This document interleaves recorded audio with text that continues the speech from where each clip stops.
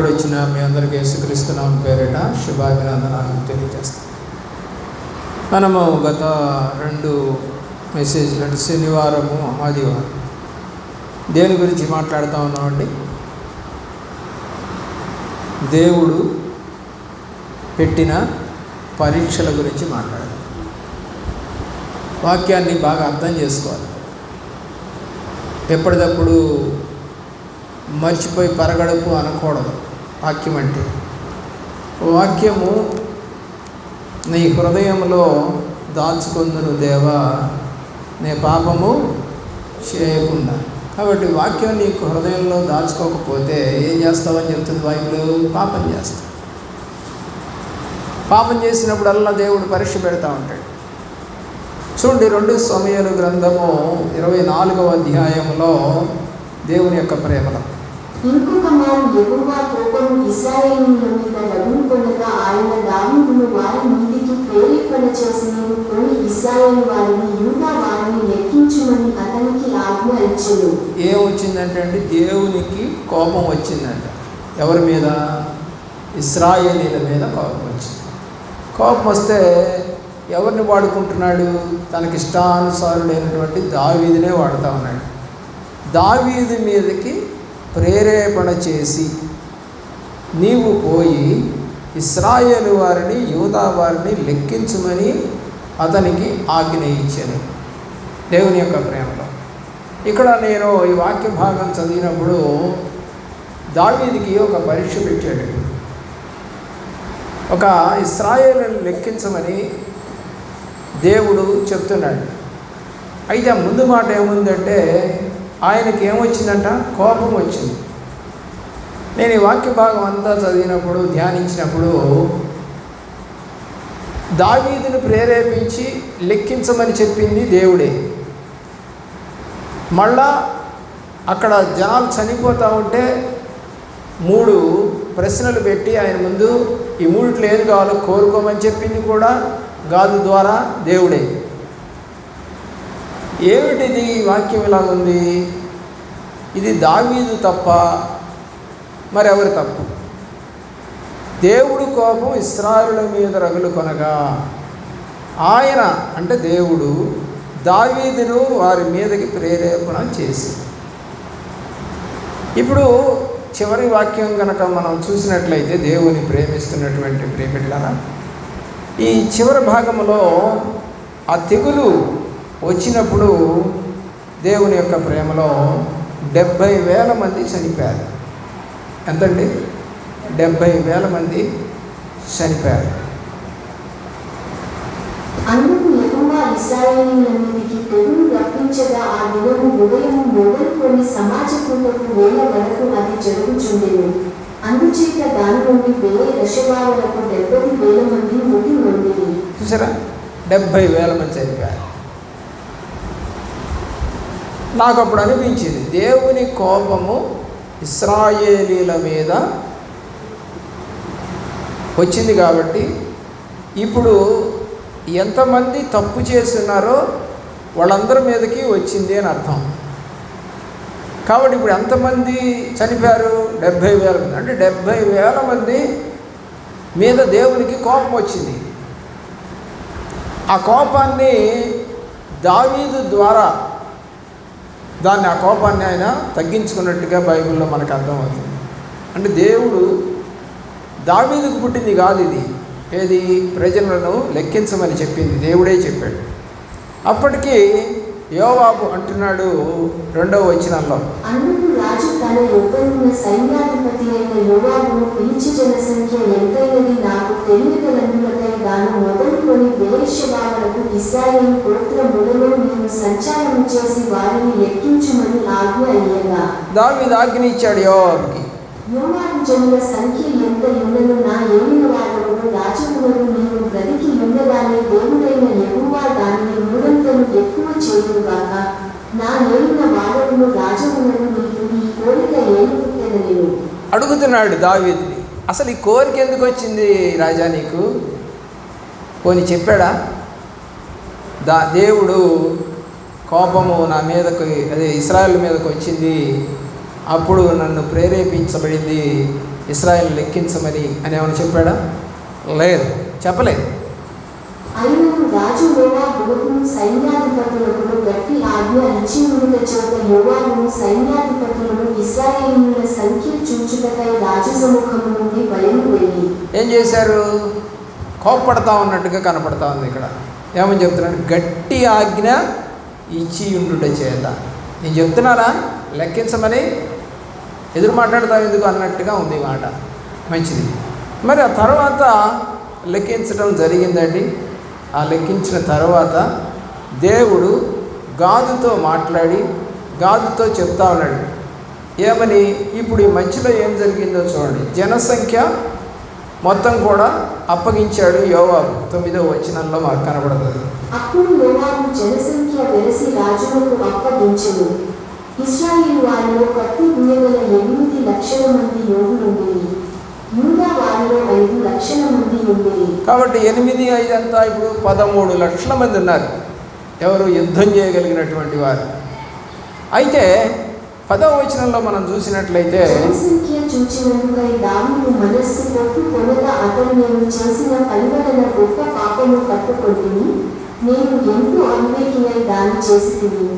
యెహోవా కరుణించి నీ దాసుడనైన నా దోషమును పరిహరింపమని యెహోవాతో మనవి చేయగా. ఇక్కడ ఏం జరిగిందో మనకు తెలియదు. లెక్క తీయమని చెప్పాడు. యోవాబు లెక్క తీశాడు. మొత్తం 13 లక్షల మంది కనపడతా ఉన్నారు. కానీ ఆ యొక్క జనసంఖ్య తీసిన తర్వాత ఇతని మనసు ఏమైందంట? కొట్టుకుందంట. ఏంటి నేను తప్పు చేశానేమో అన్నట్టుగా. మరి ప్రేరేపించింది ఎవరు? దేవుడే. కాబట్టి ప్రేరేపించిన దేవుడి ప్రకారమే ఇతను చేశాడు. కానీ అది తప్పు అని అనిపిస్తూ ఉంది అతనికి. దేవుని ప్రేమిస్తున్న ప్రియమిట్లరా, దీర్ఘదర్శి వస్తూ ఉన్నాడు. దీర్ఘదర్శి అన్న ప్రవక్త అన్న ఒకటే. ఉదయమున దావీదు లేచినప్పుడు దావీదునకు దీర్ఘదర్శియు గాదులకు యెహోవా వాక్కు ప్రత్యక్షమై ఇలాగు సెలవిచ్చెను. ఏమని సెలవిస్తూ ఉంది? దావీదుతో నిత్యము యెహోవా సెలవిచ్చున్నదేమనగా 3 విషయములను నీ ఎదుట పెట్టుచున్నాను. వాటిలో ఒక దానిని నీవు కోరుకొనిన ఎడల నేనది నీ నుండికి రప్పించెదను. 3 ప్రశ్నలు పెట్టాడు. ఇప్పుడు పరీక్ష అన్నమాట. దావీదుకి ఒక పెద్ద పరీక్ష వచ్చింది. లెక్క తీశాడు. ఆ లెక్క అప్పచెప్పాడు యోవాబు. మళ్ళీ దేవుడు గాదుతో మాట్లాడాడు. గాదు వచ్చి సరే నువ్వు ఈ తప్పు చేసావు కాబట్టి అంటున్నాడు అని 3 ప్రశ్నలు నీకు పెడతాను. ఆ 3 ప్రశ్నల్లో ఏది కావాలో కోరుకోమని అడుగుతా ఉన్నాడు. కావున గాదు దావీదు వద్దకు వచ్చి ఇట్లని సంగతి తెలియజెప్పమని, నీ దేశమందు 7 సంవత్సరములు క్షామము కలుగుటకు ఒప్పుకొనుమా? నీవు తరుముచున్న నీ శత్రువుల ఎదుట నిలువలేక నీవు 3 నెలలు పారిపోవుటకు ఒప్పుకొనుమా? నీ దేశమందు 3 దినములు తెగులు వేయుటకు ఒప్పుకొనుమా? యోచన చేసి నన్ను పంపిన వారికి నేనియవలసిన యుద్ధము నిశ్చయించి తెలియజెప్పమనెను. అయ్యా నువ్వు చెప్పయ్యా, నేను నా దేవుడు నాకు పంపించాడు నీ దగ్గరికి. మళ్ళీ నేను నా దేవుడికి చెప్పాలి. ఈ 3 ఏది కోరుకుంటావో కోరుకో. ఒక పెద్ద పరీక్ష వచ్చి పడింది ఇప్పుడు దావీదుకి. మనకు కూడా వస్తూ ఉంటాయి అప్పుడప్పుడు పరీక్షలు. ఎటు పోవాలో ఎటు మొగ్గాలో తెలియక ఏదో ఒక అడుగు వేసేస్తూ ఉంటాం. చివరికి తప్పుడు దారిలోకి వెళ్ళిపోతూ ఉంటాం. అందుకు దావీదు అంటున్నాడు, అందుకు దావీదు నాకేమీ తోచకున్నది, గొప్ప చిక్కులలో ఉన్నాను. యెహోవా బహు వాత్సల్యత గలవాడు గనుక మనుషుని చేతిలో పడకుండా యెహోవా చేతిలోనే పడును గాక అని గాదుతో అనెను. సరే 3 క్వశ్చన్స్ చెప్పాడు కదా. 7 సంవత్సరాలు క్షామం అంటే కరువు, లేదా నిన్ను తరుముచున్నటువంటి నీ శత్రువులు ఎదుట నిలవలేకుండా 3 నెలల పాటు నువ్వు పారిపోవటం, లేదా 3వది దేవుని యొక్క ప్రేమలో నీ యొక్క దేశమందు 3 దినాలు తెగులు. 3 ఏది కావాలో చెప్పు. తెగులు అంటే మనుషులు చచ్చిపోతారని దావీదుకి తెలుసు, మనకి తెలుసు. ఎవరికైనా తెగులు వస్తుంది అంటే చనిపోతారు. ఒకప్పుడు అంటే నా చిన్నప్పుడు ఒక తెగులు ఉన్నది. అదేంటంటే తెలుగులో మన వాళ్ళందరూ అనేవాళ్ళు అమ్మవారు పోసింది. అమ్మవారు పోస్తే చనిపోతారు అని కూడా అనేవాళ్ళు ఆ రోజుల్లో. ఎందుకంటే సరైన మెడిసిన్స్ ఆ రోజుల్లో లేవు. అంటే ముఖం నిండా ఒళ్ళంతా కూడా దరిదాపుగా ఒక రకమైనటువంటి గుల్లలు వస్తాయి. ఒక గుల్లలు కనుక నువ్వు చిదిమితే ఆ రసం ఇంకో చోట తగిలి ఇంకో చోట వచ్చేస్తుంది. అదొక పెద్ద అంటు వ్యాధిలాగా ఉంది. ముఖం మీదకి వస్తాయి, గుంటలు పడిపోతాయి, ఎక్కడికక్కడ నల్లగా అయిపోతుంది. చాలా రకాల ప్రాబ్లమ్స్ ఉన్నాయి ఆ రోజుల్లో. మరి దానికి ఏదో చేసేవాళ్ళు యాప మండలు తీసుకొచ్చి పైనుంచి కింద దాకా దిలిపి అది చేసి, లేదా యాప మండలు నీళ్లు పోపించి ఏదేదో చేసేవాళ్ళు. కానీ అది కాదు, అదొక వైరస్ అని చెప్పేసి డాక్టర్లు కనుక్కొని దానికి మెడిసిన్ తయారు చేశారు. ఇప్పుడు అది కనపట్టలేదు దరిదాపుగా. ఎవరు కూడా అలాగ వచ్చింది అని చెప్పండి. చికెన్ పాక్స్ అని అంటున్నారు ఇప్పుడు ఇంగ్లీష్లో దాన్ని. పిల్లరా అలాగే ప్లేగ్ అనే వ్యాధి ఒకటి వచ్చింది, అలాగే బర్డ్స్ ఫ్లూ వ్యాధి వచ్చింది. పిల్లరా మొన్న కరోనా వచ్చింది. అవన్నీ ఏదో కనపడుతూ ఉన్నాయి, కానీ కరోనా కనపడదు. గాలిలో నుంచి ఒకళ్ళకి వచ్చేస్తూ ఉంది. ఇది ఎంత బాధాకరమైందండి. గాలిలో నీతో నేను మాట్లాడితే చాలు వచ్చేస్తుంది, లేదా ఆ కరోనా వచ్చిన వ్యక్తి దగ్గర మనం నించున్నా వచ్చేస్తుంది. ఎందుకంటే ఆ గాలి, ఆ కణాలు మన పెదాలకు తగలు. అందుకని మూతికి గుడ్డ పెట్టుకోమన్నారు, కళ్ళకు కూడా అద్దాలు పెట్టుకోమన్నారు, బయటికి రావద్దన్నారు, శానిటైజర్ వాడమన్నారు. అంటే ఒకవేళ నువ్వు ఏదైనా కరోనా వ్యాధి కలిగిన వ్యక్తిని ముట్టుకుంటే ఆ వ్యాధి నీకు సోకకుండా ఉండటానికి మరి నువ్వు చేతులు బాగా శుభ్రపరచుకోమని చెప్పారు.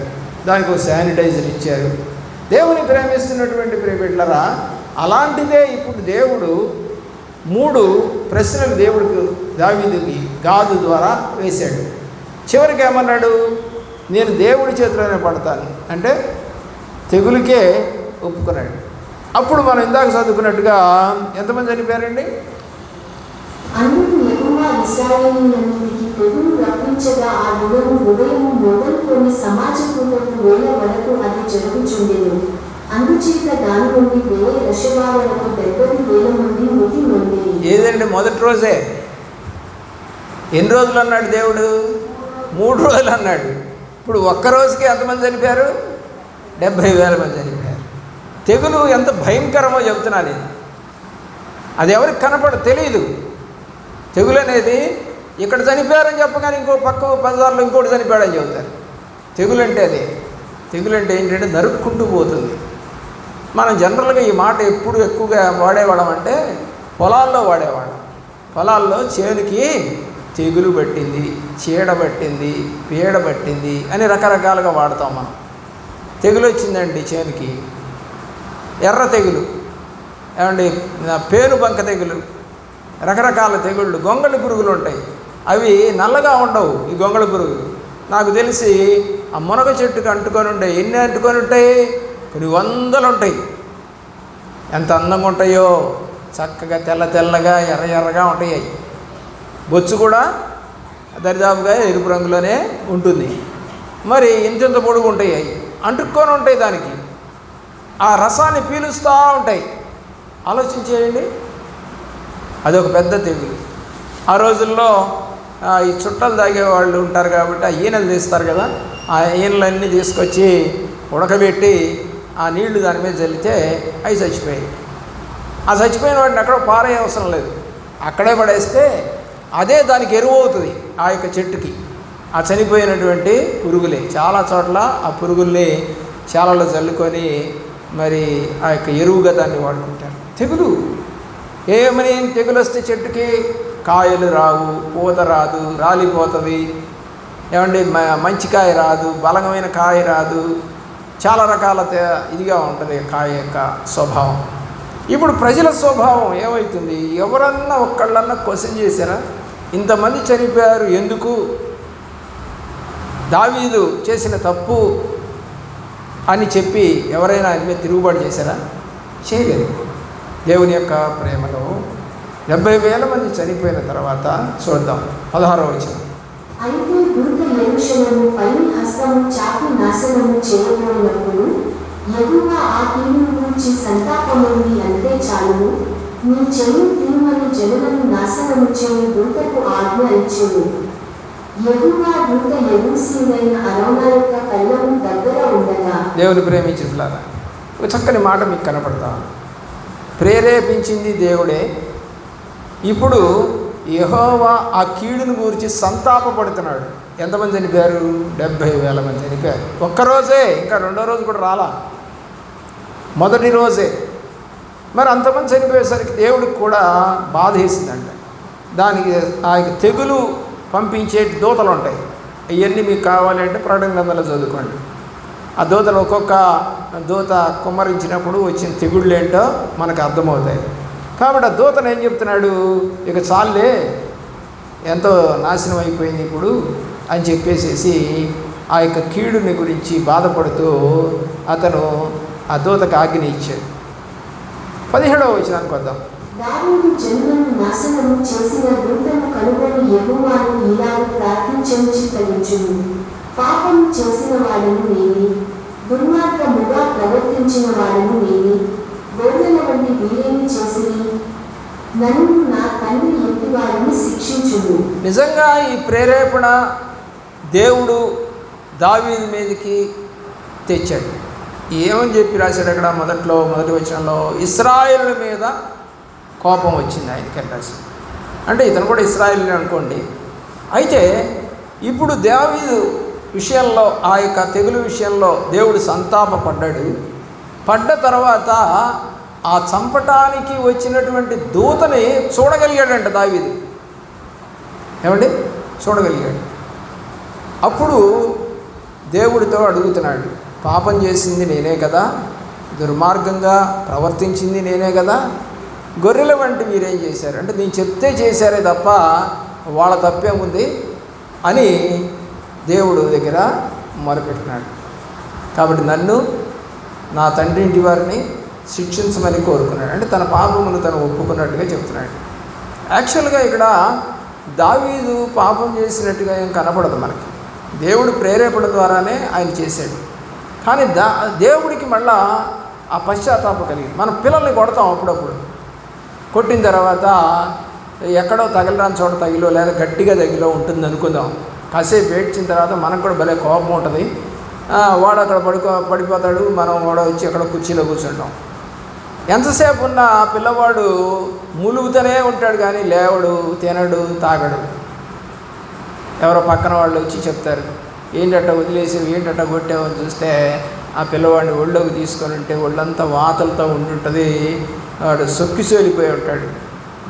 ఇప్పుడు ఆ కొట్టిన తల్లే మళ్ళా వచ్చి, నాయన ఏమైందిరా, కొట్టినావే, మళ్ళీ ఏమైందిరా అంట. చూడండి ఇప్పుడు ఏం జరిగిందండి, అరే రే అనవసరంగా నిన్ను కొట్టాను కదరా, అరే రే అని చెప్పేసి బాధపడుతుంది తల్లి. దేవుడు కూడా ఇక్కడ అలాగే సంతాపపడుతూ ఉన్నాడు. నేను వాళ్ళని ప్రేరేపించి అనవసరంగా 70,000 మంది చనిపోయారే అని. దేవుని ప్రేమిస్తున్న ప్రియబిడ్డలారా, మనం కనుక చూసినట్లయితే ఆ దినమున వారు దావీదు యొద్దకు వచ్చినను పోయి యెబూసీయుడైన అరౌనా యొక్క కళ్ళములో యెహోవా నామమున ఒక బలిపీఠము కట్టించుమని అతనితో చెప్పగా, దేవుని ప్రేమిస్తున్న ప్రియులారా, ప్రవక్త చెప్తా ఉన్నాడు, అయ్యా మరి మంచిది అయిపోయింది, ఏదో అయిపోయింది, ఇప్పుడు ఏం చేయాలంటే అరౌనా కళ్ళముని కొనుక్కో, అంటే ఒక స్థలాన్ని కొనుక్కొని దేవునికి బలిపీఠం కట్టి అక్కడ ఈ సమయంలో ఈ తెగులు దేవుడు ఆపేసినందుకు అని చెప్పాడు. చెప్పిన తర్వాత దావీదు గాడి చేత యెహోవా ఇచ్చిన ఆజ్ఞ చొప్పున పోయెను. అరౌనా రాజును అతని సేవకులను తన దాపునకు వచ్చి చూచి బయలుదేరి రాజునకు సాష్టాంగ నమస్కారము చేసిన ఏలిన వాళ్ళను రాజములను నీవు నీ దాసుడైన నా యొద్దకు వచ్చిన నిమిత్తమేమని అడుగుతున్నాడు. ఎందుకయ్యా రాజా నువ్వు వచ్చావు నా దగ్గరికి, ఏంటి సంగతి? ఇతనికి తెలీదా? 70,000 మంది చనిపోతే పక్క రాజ్యానికి తెలియలేదండి విషయం.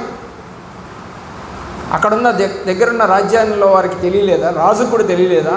ఎప్పుడు కూడా స్పైస్ ఉంటారు, అంటే గూఢచారులు ఉంటారు చుట్టుపక్కల, ఎక్కడెక్కడ ఏం జరుగుతుందో సమాచారం రాజుగారికి అందించడానికి. సరే, తెలిసిందో లేదో మనకు అనవసరం. ఇక్కడ మనం కనుక చూసినట్లయితే ఆ యొక్క తెగులు తగలకుండా ఉండు నిమిత్తము ఏమడుగుతున్నాడు? నాకు ఒక స్థలము కావాలి అని అడుగుతున్నాడు. దావీదు ఈ తెగులు మనుషులకు తగలకుండా నిలిచిపోవునట్లు యెహోవా నామమున ఒక బలిపీఠము కట్టించుటకై నీ వద్ద ఈ కళ్ళమును కొనవలెనని వచ్చి తినెను. విషయం చెప్పేశాడు.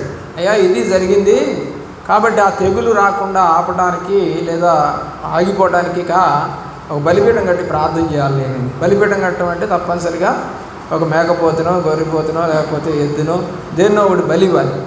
అందుకు అరవడాన ఏలినవాడవు నీవు చూచి ఏది నీకు అనుకూలమో దాన్ని తీసుకొని బలి అర్పించుము, చిత్తగించుము. దహన బలికి ఎడ్లున్నవి, నూర్చుక సామాన్లు కట్టెలుగా అక్కడకు వచ్చును. కట్టెలు ఉన్నాయి, ఎడ్లు ఉన్నాయ్యా, నువ్వు బలిపీఠం కట్టుకొని బలి అర్పించడానికి అని అవి కూడా ఇస్తా ఉన్నాడు. దేవుని యొక్క ప్రేమలో అని అంటాడు, నేను ఊరకనే దీన్ని తీసుకొని రాజా నీ దగ్గర నేను దీన్ని ఊరకనే తీసుకోను, అప్పుడు వెల ఇచ్చి కొంటాను అంటాడు. రాజు నీవు ఆదాము తీసుకొనును, వెలించి నీ యొక్క కొనును. వెలనీయక నేను తీసుకొనిన దానిని నా దేవుడైన యెహోవాకు దహన బలిగా అర్పించనని అరౌనాతో చెప్పి ఆ కళ్ళమును ఎడ్లను 7 తులముల వెండికి కొనుక్కున్నాడు. స్థలం కొనుక్కొని అక్కడ బలిపీఠం కట్టి ప్రార్థన చేస్తూ ఉన్నాడు. అక్కడ దావీదు యెహోవా నామమున ఒక బలిపీఠము కట్టించి దహన బలులను సమాధాన బలులను అర్పించెను. యెహోవా దేశములకు చేయబడిన విజ్ఞాపనలను ఆలకింపగా ఆ తెగులు ఆగి ఇశ్రాయేలీయులను విడిచిపోయెను. తెగులు ఆగిపోయిందండి. మరి మనం కూడా మన ఇంట్లోకి వస్తున్నటువంటి తెగుళ్ళు తెలీదా? పిల్లల మీదకి వస్తున్న తెగుళ్ళు ఏమండి, కోడలు కొడుకు తగాదాలు, లేదా కూతురు అల్లుడు తగాదాలు, లేదా భార్య భర్త తగాదాలు, ఇవన్నీ తెగుళ్ళే కదా కుటుంబాల మీదకి వస్తున్న తెగుళ్ళు. వీటన్నిటినీ మనము జయించాలి అంటే మనం కూడా దేవునికి బలి అర్పణ చేయాలి. బలి అర్పణ అంటే నువ్వు జంతువుని పోయాల్సిన పని లేదు. ఇక్కడ ఒక్కరోజు దేవునికి ఉపవాసం ఉండి ప్రార్థించి, ఒక్కరోజు ప్రభువా నన్ను నేను తగ్గించుకొని నీ పాదాల దగ్గర పడుతున్నాను, ఇలాంటివి నా కుటుంబంలో జరగకుండాను గాక, వాటి విషయంలో ఏదైనా నా తప్పు ఉంటే నన్ను పరీక్ష చేయి, దావీదు అడిగినట్టుగా నన్నును నా కుటుంబాన్ని శిక్షించయ్యా, వాళ్ళు ఏం చేశారు తప్పు, అలాగే నువ్వు కూడా నీ కోడల విషయము, అల్లుడి విషయము, మనవాళ్ళ విషయము నువ్వు మొరపెడితే బలిపీఠం కట్టుకో, నీ ఇంట్లోనే కట్టుకో, లేదా చర్చికి వెళ్ళు, నీకు ఎక్కడ అవకాశం ఉంటే అక్కడికి వెళ్ళి మొరపెడితే దేవుడు మన కుటుంబముల మీదకు వచ్చే తెగుళ్లను ఆపివేయునుగాక. హల్లెలూయా, దేవునికి స్తోత్రం కలుగునుగాక. ప్రియులారా, దేవుడు చాలా పర్యాయాలు ఇశ్రాయేలును పరీక్షించాడు. మొదటి రాజుల గ్రంథం జ్ఞాపకం చేసుకుందాం. మొదటి రాజుల గ్రంథం 18వ అధ్యాయం 18వ అధ్యాయము 21వ వచనము నుండి మనం చూస్తే, ఏలియా జనులందరి దగ్గరికి వచ్చి, ఎన్నాళ్ళు మట్టుకు మీరు 2 తలంపుల మధ్య తడబడుచుందురు, ఏలియా జనులందరి దగ్గరకు వచ్చి ఎన్నాళ్ళ మట్టుకు మీరు 2 తలంపుల మధ్య తడబడుచుందురు, యెహోవా దేవుడైతే ఆయనను అనుసరించుడి, బయలు దేవుడైతే వానిని అనుసరించుడని ప్రకటన చేయగా జనులు అతనికి ప్రత్యుత్తరముగా ఒక మాటైనను పలుకకపోయి. ఏమండి, ఎవరు దేవుడో తేల్చుకుంటారా అని చెప్పేసి అడుగుతున్నాడు ఇశ్రాయేలు ప్రజలను ఏలియా. కానీ వాళ్ళంట ఎటూ చెప్పలేదంట, ప్రత్యుత్తరం ఏమీ ఇవ్వలేదంట, మాట కూడా పలకలేదంట.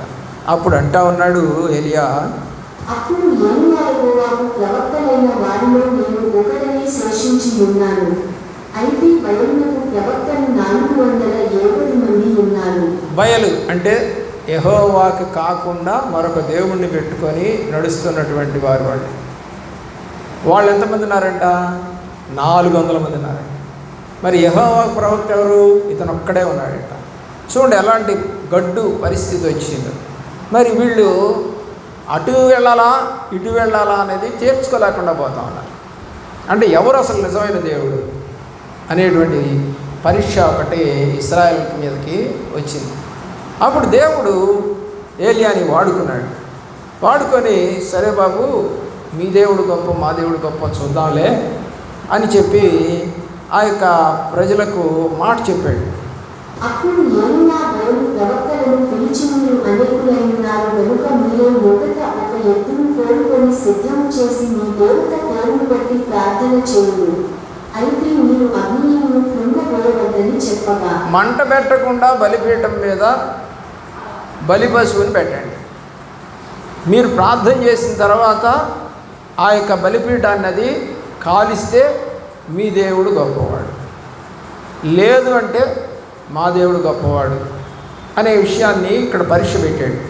దేవుని యొక్క ప్రేమలో వాళ్ళు చాలాసేపు సాయంకాలం వరకు కూడా వాడు ప్రయాసపడతానే ఉన్నట్టుగా బైబిల్ మనకి తెలియజేస్తూ ఉంది. 28వ వచనం చూడండి. వారు మరి గట్టిగా కేకలు వేయచ్చు, రక్తము కారుమంటూ తమ మర్యాద చొప్పున కత్తులతోనూ శస్త్రములతోనూ తమ దేహములను కోసికొనుచుండిరి. ప్రియులారా, వారంతా కూడా సాయంకాలం వరకు అంట అస్తమయ నైవేద్యము అర్పించు సమయం వరకు, అంటే పొద్దున్న నుంచి మొదలుపెట్టి సాయంకాలం దరిదాపుగా ఒక 8 లేదా 9 గంటల సమయం.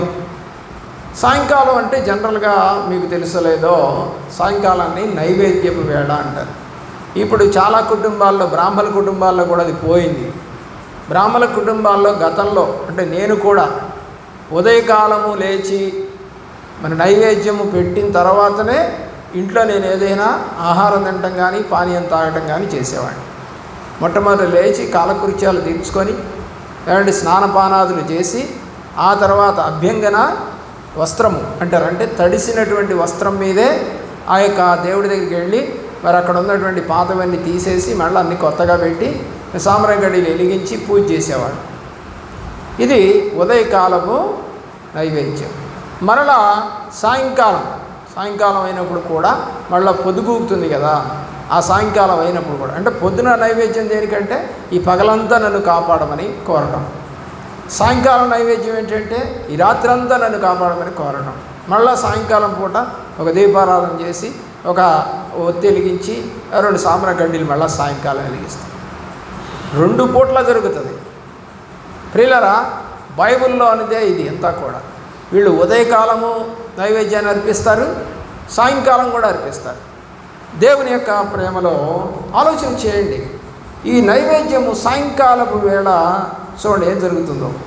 ఈ ప్రకారం మధ్యాహ్నమైన తరువాత అస్తమయ నైవేద్యము అర్పించు సమయం వరకు వారు ప్రకటనను చేయించు వచ్చింది కానీ మాటలైనను ప్రత్యుత్తరమిచ్చు వాడైనను లక్ష్యం చేసిన వాడైనను లేకపోయింది. దేవుని ప్రేమిస్తున్న ప్రేమిలారు ఎవరు మాట్లాడలేదు. దరిదాపు 9 గంటల సేపు ప్రార్థన చేశారు, అరిచారు, పాటలు పాడారు, చుట్టూ తిరిగారు, కానీ ఎవరు మాట్లాడలేదు. 400 మంది ప్రవక్తలతో ఏ దేవుడు ఏ దేవత మాట్లాడలేదు. దేవుని యొక్క ప్రేమలో 31వ వచనం. యెహోవా వాక్కు ప్రత్యక్షమైన నామము ఇశ్రాయేలునని వాగ్దానము నొందిన యాకోబు సంతతి గోత్రముల లెక్క చొప్పున 12 రాళ్లను తీసుకొని. ఈ ఎలీయా ఏం చేశాడంటే గోత్రాలు 12 కాబట్టి 12 రాళ్ళు తీసుకున్నాడు. ఆ రాళ్ల చేత యెహోవా నామమున ఒక బలిపీఠం కట్టాడు. ఇతను వేరుగా కట్టుకున్నాడు. దాని చుట్టూ 2 మానికలు గింజలు పట్టునంత లోతుగా కందకం ఒకటి తవ్వించాడు. కట్టెలను పేర్చారు, ఎద్దును కోసి దాని మీద బలి అర్పణకి పెట్టారు. 4 తొట్ల నిండా నీళ్లు నింపి దహన బలి సుమాంసమును కట్టెల మీద పోసి దాన్ని కడిగారన్నమాట. పెద్దగా ఉంటాయి కదా దాని యొక్క అవయవాలన్నీ, దాని మీద కట్టెల మీద పెట్టేసి కట్టెల మీద పోసారండి ఈ నీళ్ళన్నీ కూడా. ఎన్ని నీళ్ళండి? దేవుని ప్రేమిస్తున్నటువంటి 4 తొట్ల నిండా నీళ్ళు. ఏమవుద్దండి, చుట్టూ ఉన్నటువంటి గాడిలోకి నీళ్ళన్నీ వెళ్ళిపోతాయి, తడిసిపోయి ఉంటుంది మొత్తం. కట్టెలు తడిస్తే తొందరగా కాలుతాయా? కాలం. మరి అలాంటి పరిస్థితిలో ఆ మొత్తాన్ని కడిగేశాడు. ఆ నీళ్ళు ఎటో పోకుండా మనుషుల మీదకి దాని చుట్టూ బలిపీఠం చుట్టూ కూడా గుంత దవ్వారు, కందకాన్ని దవ్వారు. దేవుని యొక్క ప్రేమలో ప్రియులరా జ్ఞాపకం చేసుకోండి. ఇప్పుడు ఒక్కడే ప్రార్థన చేస్తున్నాడు. ఇందాక ఎంతమంది చేశారు? 400 మంది ప్రార్థన చేశారు వాళ్ళ దేవుడికి. ఇప్పుడు ఒక్కడే ప్రార్థన చేస్తున్నాడు. దేవుని యొక్క ప్రేమలో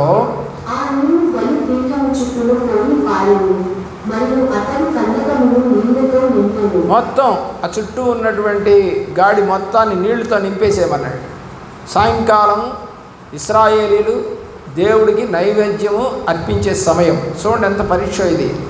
అస్తమయ నైవేద్యము అర్పించే సమయంలో ప్రవక్తలు ఏలీయా దగ్గరకు వచ్చి ఇలాగ ప్రార్థన చేసిన యెహోవా, అబ్రహాము, ఇస్సాకు, ఇశ్రాయేలుల దేవా, ఇశ్రాయేలీయుల మధ్య నీవు దేవుడవై ఉన్నావని, నేను నీ సేవకుడనై ఉన్నానని, ఈ కార్యములను నీ సెలవు చేత చేసితినని ఈ దినమున కనపరచును. అయ్యా, వీళ్ళెవరికి అర్థం కావట్లేదు. నువ్వు గొప్ప దేవుడవు, సర్వోన్నతుడవు, సర్వాధికారివి, సర్వశక్తిమంతుడవు. ప్రభా, నీ యొక్క ఆ గొప్పతనాన్ని మీద ఇప్పుడు చూడాలి ప్రజలంతా అని ప్రార్థన చేశాడు. యెహోవా నా ప్రార్థన ఆలకించుము. యెహోవావైన నీవే దేవుడవై ఉన్నావని, నీవు వారి హృదయములను నీ తట్టుకు తిరుగచేయుదువని ఈ జనులకు తెలియనట్లుగా నా ప్రార్థన అంగీకరించుము. దేవుని ప్రేమిస్తున్న బిడ్డ, అతడు ఇలాగున ప్రార్థన చేయుచుండగా యెహోవా అగ్నిదిగి దహనబలి పశువును, కట్టెలను, రాళ్లను, బొగ్గిని దహించి కందకమందున్న నీళ్లను ఆరిపోచేసింది. దేవుని యొక్క ప్రేమలో అప్పుడు ప్రజలు అప్పటిదాకా మొదట్లో మరి ఎవరో దేవుడో కనుక్కొని తెలుసుకోండి అని అంటే ఒక్కటి కూడా మాట్లాడలేదు ఆ ప్రజలు. ఇప్పుడు ఏమంటున్నారో చూద్దాం. అంతటి జనులందరూ దాన్ని చూచి సాగిలపడి యెహోవాయే దేవుడు, యెహోవాయే దేవుడు అని కేకలు వేసింది. ఎప్పుడండి? ఒక అద్భుతాన్ని చూసినప్పుడు, వాళ్ళ దేవుడు చేయలేనటువంటి పనిని ఈ దేవుడు చేశాడని తెలుసుకున్నప్పుడు, వాళ్ళు 400 మంది ప్రార్థన చేసినా జరగంది, ఒక్కడు ప్రార్థన చేస్తే జరిగినప్పుడు, ఇప్పుడు ఇశ్రాయేలు ఏమయ్యారు? 2 తలంపులు ఉన్నాయా? 1 తలంపు ఉందా? ఆలోచన చేయవలసిందిగా కోరతాం. దేవుని యొక్క ప్రేమలో ప్రియులరా, ఎంత గొప్ప కార్యము దేవుడు సిద్ధపరిచాడో మీకు తెలియజేస్తాను. కాబట్టి మనము ప్రార్థన ద్వారా దేవుడు అగ్ని మనలో మండాలి. అలాగా దేవుడు వాక్యం మనతో మాట్లాడుతుంది. దేవుడు ఇశ్రాయేలుని చాలా పర్యాయాలు పరీక్ష చేసినట్టుగా మనకు కనబడుతుంది. నిర్గమాకాండంలో 15వ అధ్యాయంలోనికి వెళదామండి. 15వ అధ్యాయము 25వ వచనానికి, 25వ వచనం. అతడు యెహోవాకు మొర్పెట్టెను. అంతటా యెహోవా అతనికి ఒక చెట్టును చూపెను. అది ఆ నీళ్లను వేసిన తరువాత నీళ్లు మధురము లాయెను. అక్కడ ఆయన వారికి కట్టెలను విధిని నిర్ణయించి అక్కడ వారిని పరీక్షించి. ఏం చేశాడు దేవుడు? పరీక్షించాడు దేవుడు. వీళ్ళు అసలు నాకు మొరపెడతారా? నా తట్టు తిరుగుతారా? మరి ఆ యొక్క చేదుగా మారాను మధురముగా మార్చిన దేవుడు వీళ్ళరా. మరి ఆ నీళ్ళన్నీ ఇప్పుడు టేస్టీగా మారిపోయాయి. ఏం వేశారు? కొమ్మ లేదా చెట్టు. ఇవన్నీ కూడా దేనికి సంబంధించిందంటే దేవుడికి సంబంధించింది, యేసు ప్రభు వారికి సంబంధించింది. యేసు ప్రభు వారు నీలోకి గనక వస్తే, అంటే ఆ నీళ్ళల్లో దాన్ని వేసినప్పుడు ఏమైందండి? చేదుగా ఉన్నటువంటి నీళ్లు మధురమయ్యాయి. అలాగే చేదైనటువంటి నీ హృదయంలోనికి యేసు ప్రభు వారు గనక వస్తే నీ యొక్క హృదయము, నీ జీవితము, నీ కుటుంబము ఏమైపోద్దండి? మధురముగా మారిపోవునుగాక. హల్లెలూయా. ఆలోచించండి. ఒక్క కొమ్మ వేస్తేనే నీళ్ళన్నీ మారిపోయాయి. అలాగే దేవుడు వాక్యము ఒక్కటి నిజంగా నీకు తగిలితే నీ కుటుంబం మారిపోతుంది. నీ కుటుంబంలో గొప్ప కార్యాలు నీవు చూస్తావు. 16వ అధ్యాయంలో 4వ వచనం చూడండి. యెహోవా మోషేను చూచిదిగో, నేను ఆకాశము నుండి నీ కొరకు ఆహారమును కురిపించెదను. వారు నా ధర్మశాస్త్రము అనుసరించి నడుపులో లేదో అని నేను వారిని పరీక్షించినట్లు ఈ ప్రజలు వెళ్ళి ఏనాటి భక్తులను ఆనాడే కూర్చుకొనవలెను. దేవుడు మరొక పరీక్ష పెట్టాడు. బాబు 6 రోజులు మన్నా కురుస్తుంది, 6 రోజులు తెచ్చుకోండి. 6వ రోజు 7వ రోజుకి కావాల్సినంత డబల్ తెచ్చుకోండి అని దేవుడు చెప్పాడు. పరీక్ష చేస్తా ఉన్నాడు. కానీ వాళ్ళు ఏం చేశారు చెప్పండి? వాళ్ళు ఏం చేశారంటే ప్రతిరోజు కూడా ఎక్స్ట్రా తెచ్చుకుంటున్నారు. ప్రతిరోజు సోమవారం, మంగళ, బుధ, గురు, శుక్ర, శని ప్రతిరోజు ఇంకా తిందాం. మనం కనుక టమాటాలు 5 రూపాయలు అంటే 10 కేజీలు కొనుక్కొచ్చిందంట ఒక. చెప్పండి, ఏం చేసుకుంటావి అన్నాడంటే భర్త. తిందామండి అందంట. 2వ రోజు అయింది, 3వ రోజు అయింది, 4వ రోజుకి దాదాపుగా 5 కేజీల టమాటాలు కుళ్ళిపోయినాయి అంట. మనకి ఏం బుద్ధి ఉంటుంది చెప్పండి? తక్కువగా వస్తుందంటే ఫ్రీగా వస్తే ఫినాయిల్ కూడా తాగుతారు అన్నట్టుగా ఏమంటే 5 రూపాయలు అనేసరికి ఎక్కడెక్కడ పారేస్తున్నారంట. ఎందుకు మాకు ఇవ్వండి అని చెప్పేసి తెచ్చుకున్నారు. ఏం లాభం? ఇవన్నీ పాడైపోతాయి. వీళ్ళు కూడా ఎక్స్ట్రా తెచ్చుకున్నప్పుడల్లా వాళ్ళ ఇంటికి కావాల్సింది ఇప్పుడు తిన్నారు, రేపు తిందాం, మళ్ళీ తిందాంలే, ఆకలి వేస్తే అని పెట్టుకుంటే ఏమైపోయిందంట? పాసిపోయిందంట. దేవుని బాగా తెలుసు మీకు. కానీ మనమైతే ఇప్పుడు ఫ్రిడ్జ్లు వచ్చాయి కాబట్టి ఇవాళ వండుకున్నటువంటి మాంసం కూర అయిపోలేదు కాబట్టి దాన్ని ఏం చేస్తామంటే తీసుకెళ్ళి ఫ్రిడ్జ్లో పెట్టి రేపు కొంచెం తింటాం, కొడుకు కొంచెం పెడతాం, కూతురికి కొంచెం పెడతాం, భర్తకు కొంచెం పెడతాం, నాకు లేకపోయినా పర్వాలేదులే అంటాం. లేదంటే చివరికి డెసిషన్ తుడుచుకొని ఒక 2 ముద్దలు తింటాం. ఏదైనా సరే తినాల్సిందే అది. దాన్ని దేవుడైతే ఏం చెప్తున్నాడు? పాచిపోయిన దాన్ని పాచిపోకుండా ఉండే పెట్టె ఒకటి తయారు చేశాం. ఏంటిది అది? ఫ్రిడ్జ్. పాచిపోకుండా ఉండే పెట్టె అంటది. దేవుని ప్రేమిస్తున్న ప్రియబిడ్డలారా, ఆ రోజుల్లో లేవు కాబట్టి ఆ మన్నా అంతా కూడా ఏమైపోయిందండి? పాడైపోయింది. దేవుడు పరీక్ష చేశాడని రాసింది కదా అక్కడ. వారిని పరీక్షించినట్లు ఈ ప్రజలు వెళ్ళి ఏనాటి భత్యం ఆనాడే కూర్చుకోవాలి, ఏ రోజు కావలసిన ఆహారం ఆ రోజునే తినాలి. మనమైతే తక్కువగా వస్తుందని కొనుక్కొచ్చి ఫ్రిడ్జ్లో పారేస్తాం. లేదా బద్ధకం, ఈరోజు ఎన్ని కూరలు వండుకోవాల్సినావో ఆ 2 కూరకు సంబంధించిన కాయగూరలు తెచ్చుకోవచ్చుగా. ఎందుకు 1/2 డజన్ తెచ్చుకుంటావు? 2 రోజులు ఇంట్లో పెట్టుకుంటావు. అయ్యి ఏమంటే ఫ్రెష్గా తినచ్చు కదా, నీకు దొరికేటువంటి ప్లేస్లోనే ఉన్నావు కదా. కానీ మన బుద్ధి మంచిది కాదు, ఇశ్రాయేలు బుద్ధి కూడా మంచిది కాదు. దాచుకోవాలనే కోరిక. కానీ 6వ రోజు దాచుకున్నది పాడైపోద్దా? పాడైపోదు. అంటే అది దేవుడు పరీక్ష. అది దేవుడు చెప్పిన పరీక్షలో వీళ్ళు గెలుస్తారా లేదా అని ఆయన టెస్ట్ చేస్తూ ఉన్నాడు. ద్వితీయోపదేశ కాండంలోకి వెళదాం ప్రియులరా. ద్వితీయోపదేశ కాండంలోనికి మనం వెళ్ళినట్లయితే 13వ అధ్యాయము 3వ వచనం.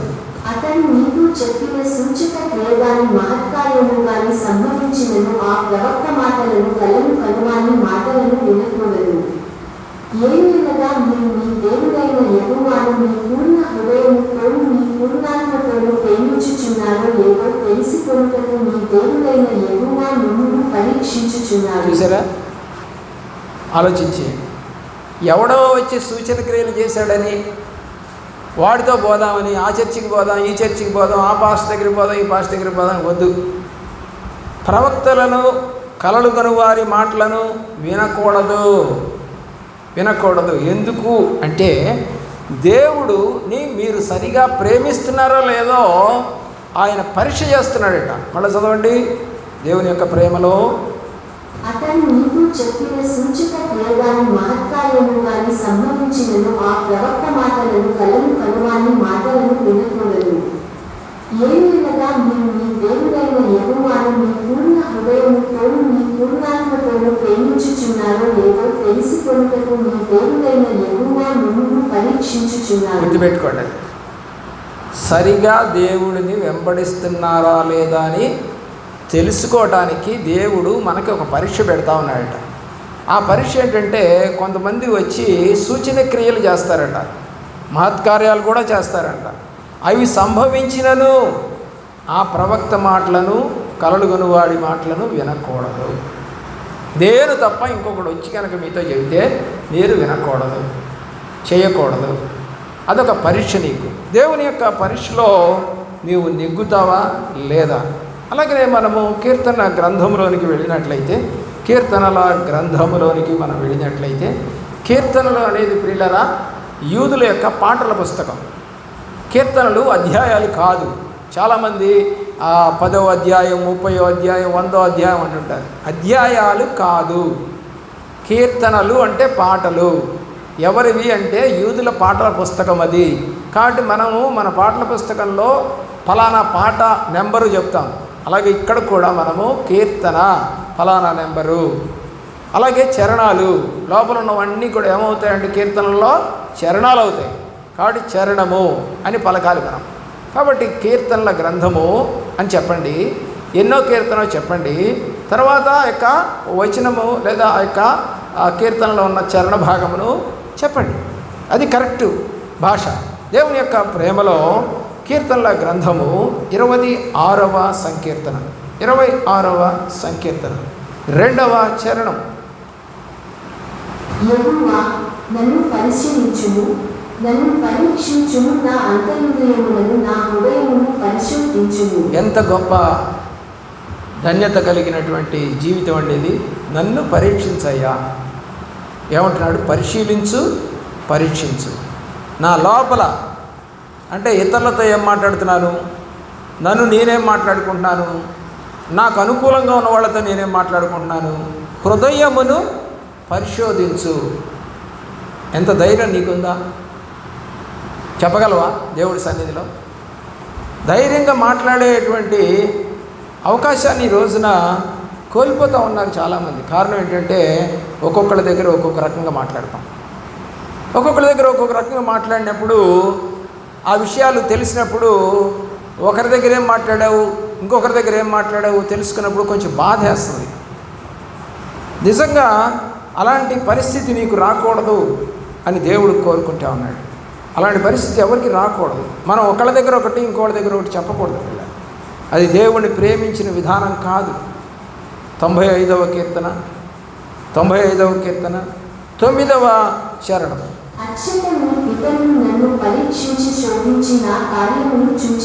ఎన్ని సంవత్సరాలు చూశారు?